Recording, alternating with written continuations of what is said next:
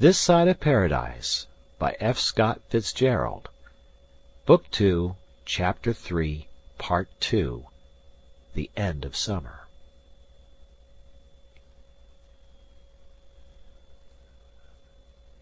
No wind is stirring in the grass, not one wind stirs. The water in the hidden pools as glass fronts the full moon, and so inters the golden token in its icy mass, chanted Eleanor to the trees that skeletoned the body of the night.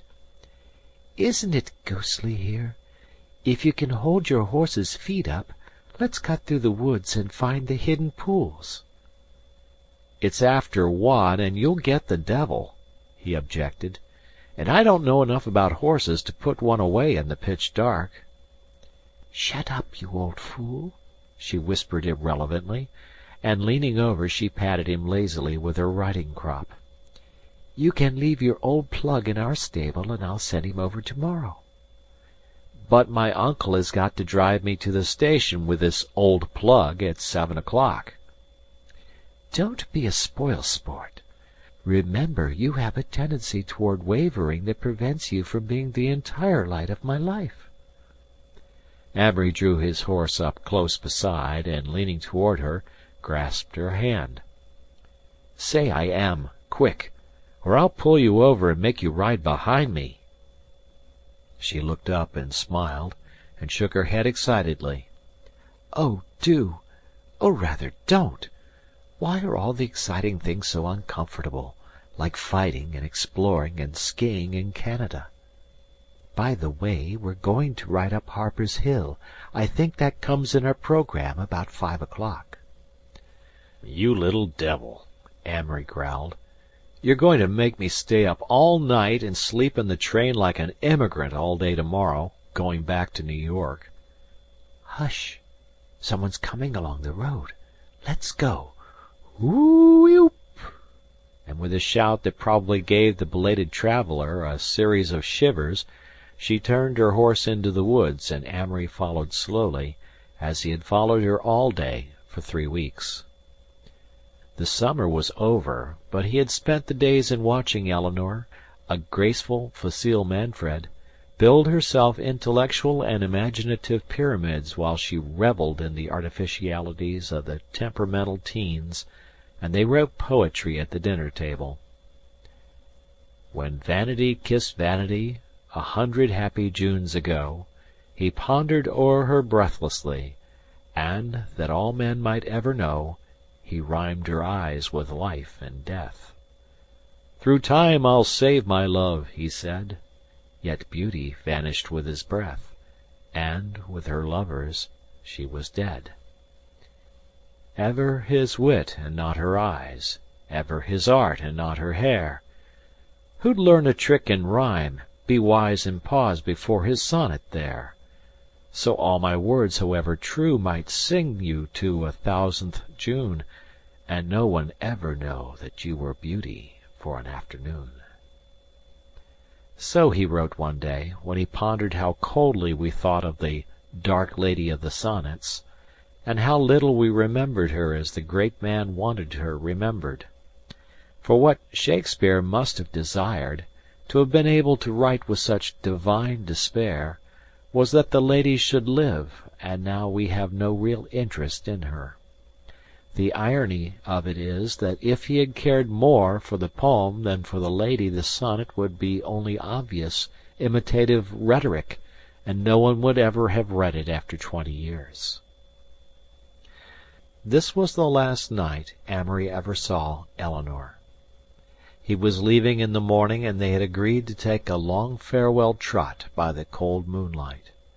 She wanted to talk, she said, perhaps the last time in her life that she could be rational. She meant pose with comfort. So they had turned into the woods and rode for half an hour with scarcely a word, except when she whispered "Damn!" at a bothersome branch, whispered it as no other girl was ever able to whisper it. Then they started up Harper's Hill, walking their tired horses. "Good Lord, it's quiet here," whispered Eleanor. "Much more lonesome than the woods." "I hate woods," Amory said, shuddering. "Any kind of foliage or underbrush at night. Out here it's so broad and easy on the spirit."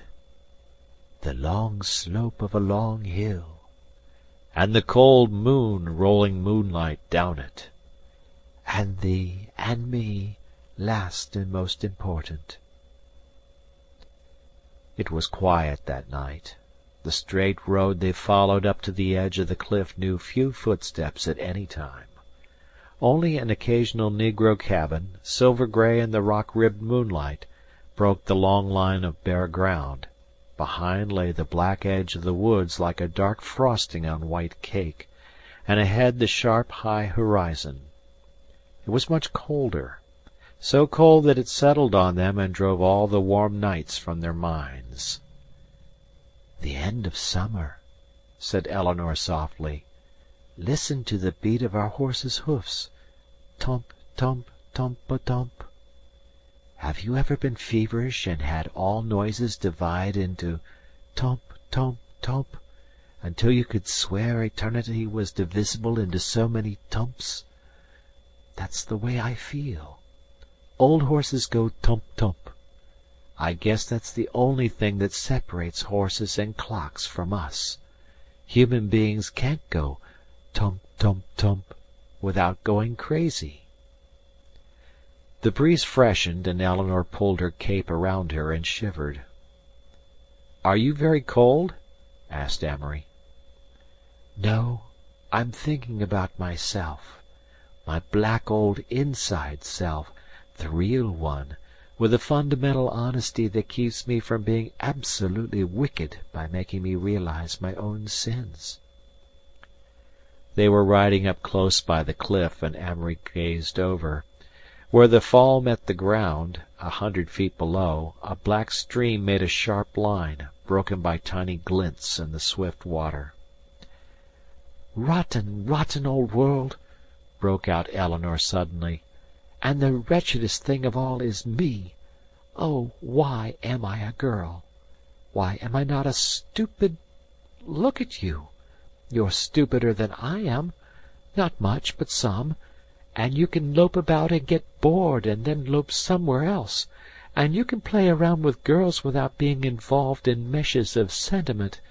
And you can do anything and be justified. And here am I with the brains to do everything, yet tied to the sinking ship of future matrimony. If I were born 100 years from now, well and good. But now what's in store for me? I have to marry. That goes without saying. Who? I'm too bright for most men, and yet I have to descend to their level and let them patronize my intellect in order to get their attention. Every year that I don't marry I've got less chance for a first-class man. At the best I can have my choice from 1 or 2 cities, and, of course, I have to marry into a dinner coat. Listen." She leaned close again. "I like clever men and good-looking men, and, of course, no one cares more for personality than I do. Oh, just 1 person in 50 has any glimmer of what sex is. I'm hipped on Freud and all that, but it's rotten that every bit of real love in the world is 99% passion and one little soupçon of jealousy." She finished as suddenly as she began. "Of course you're right," Amory agreed. "It's a rather unpleasant, overpowering force that's part of the machinery under everything. It's like an actor that lets you see his mechanics. Wait a minute till I think this out." He paused and tried to get a metaphor. They had turned the cliff and were riding along the road about 50 feet to the left. "You see, everyone's got to have some cloak to throw around it. The mediocre intellects, Plato's second class, use the remnants of romantic chivalry diluted with Victorian sentiment, and we who consider ourselves the intellectuals cover it up by pretending that it's another side of us, has nothing to do with our shining brains. We pretend that the fact that we realize it is really absolving us from being a prey to it. But the truth is that sex is right in the middle of our purest abstractions, so close that it obscures vision. I can kiss you now, and will." He leaned toward her in the saddle, but she drew away. I can't kiss you now. I'm more sensitive." "You're more stupid, then," he declared rather impatiently. "Intellect is no protection from sex any more than convention is." "What is?" she fired up. "The Catholic Church or the maxims of Confucius?" Amory looked up, taken rather aback. "That's your panacea, isn't it?" she cried. "Oh, you're just an old hypocrite, too. Thousands of scowling priests keeping the degenerate Italians and illiterate Irish repented with gabble-gabble about the 6th and 9th commandments. It's just all cloaks, sentiment, and spiritual rouge and panaceas. I'll tell you that there is no God, not even a definite abstract goodness. So it's all got to be worked out for the individual by the individual, here in high white foreheads like mine, and you're too much the prig to admit it." She let go her reins and shook her little fists at the stars. "If there's a God, let him strike me! Strike me!" "Talking about God again, after the manner of atheists," Amory said sharply. His materialism, always a thin cloak, was torn to shreds by Eleanor's blasphemy. She knew it, and it angered him that she knew it.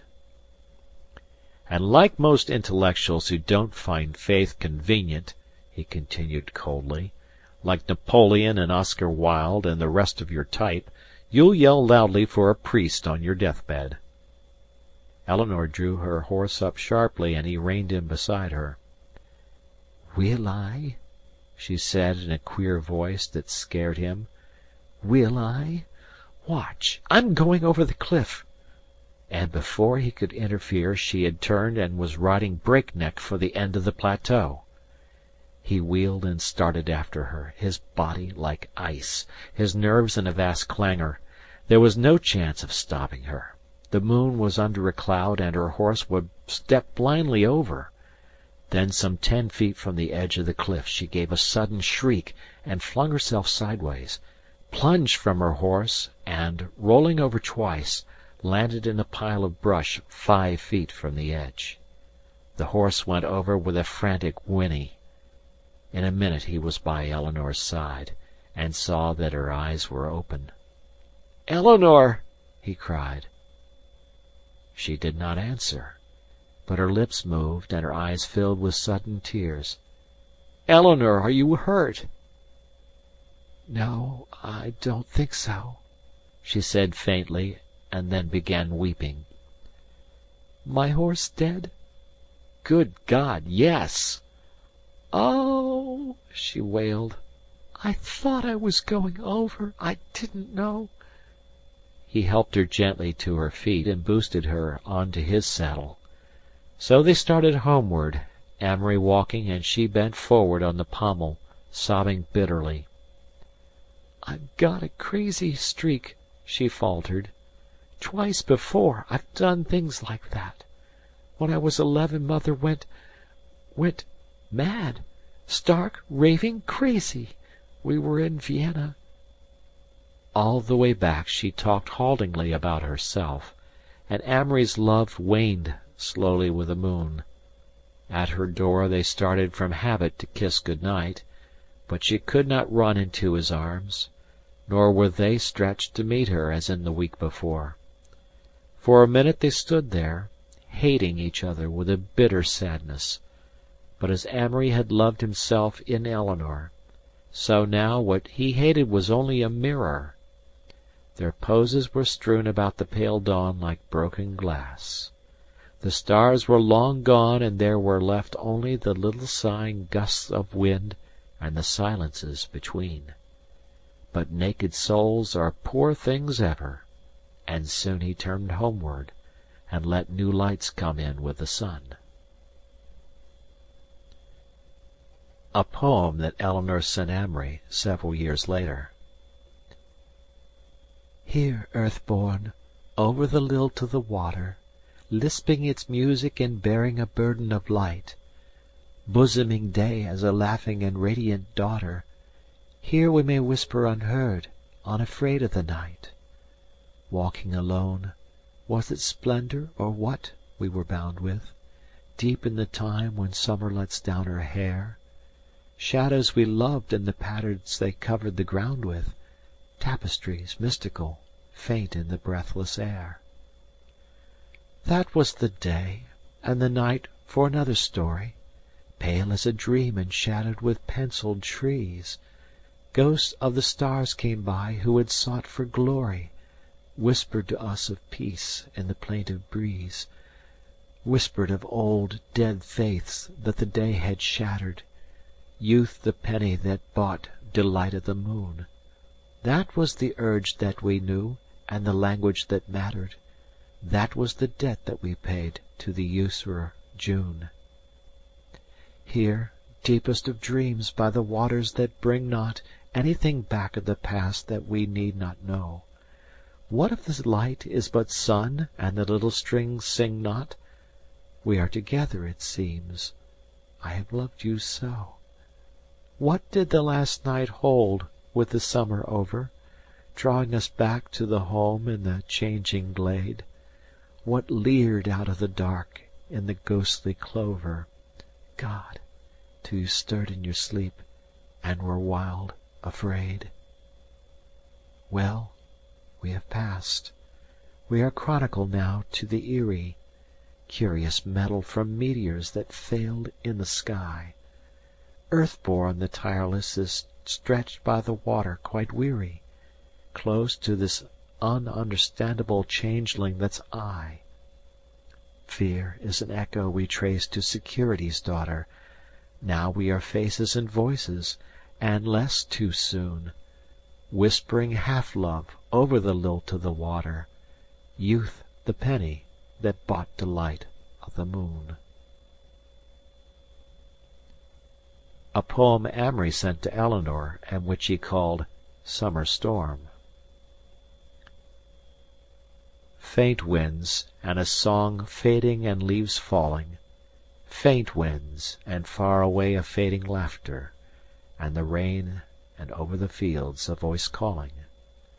Our grey-blown cloud scurries and lifts above, slides on the sun, and flutters there to waft her sisters on. The shadow of a dove fails on the coat, the trees are filled with wings, and down the valley through the crying trees the body of the darker storm flies, brings with its new air the breath of sunken seas, and slender tenuous thunder. But I wait, watch for the mists and the blacker rain, heavier winds that stir the veil of fate, happier winds that pile her hair again. They tear me, teach me, strew the heavy air upon me, winds that I know, and storm. There was a summer every rain was rare, there was a season every wind was warm, and now you pass me in the mist, your hair, rain blown about you, damp lips curved once more, in that wild irony, that gay despair that made you old when we have met before. Wraith-like you drift on, out before the rain, across the fields, blown with the stemless flowers, with your old hopes, dead leaves, and loves again. Dim as a dream and wan with all old hours, whispers will creep into the growing dark, tumult will die over the trees. Now night tears from her wetted breast the splattered blouse of day, glides down the dreaming hills tear bright, to cover with her hair the eerie green, love for the dusk, love for the glistening after, quiet the trees to their last tops serene, faint winds, and far away a fading laughter. End of chapter 3.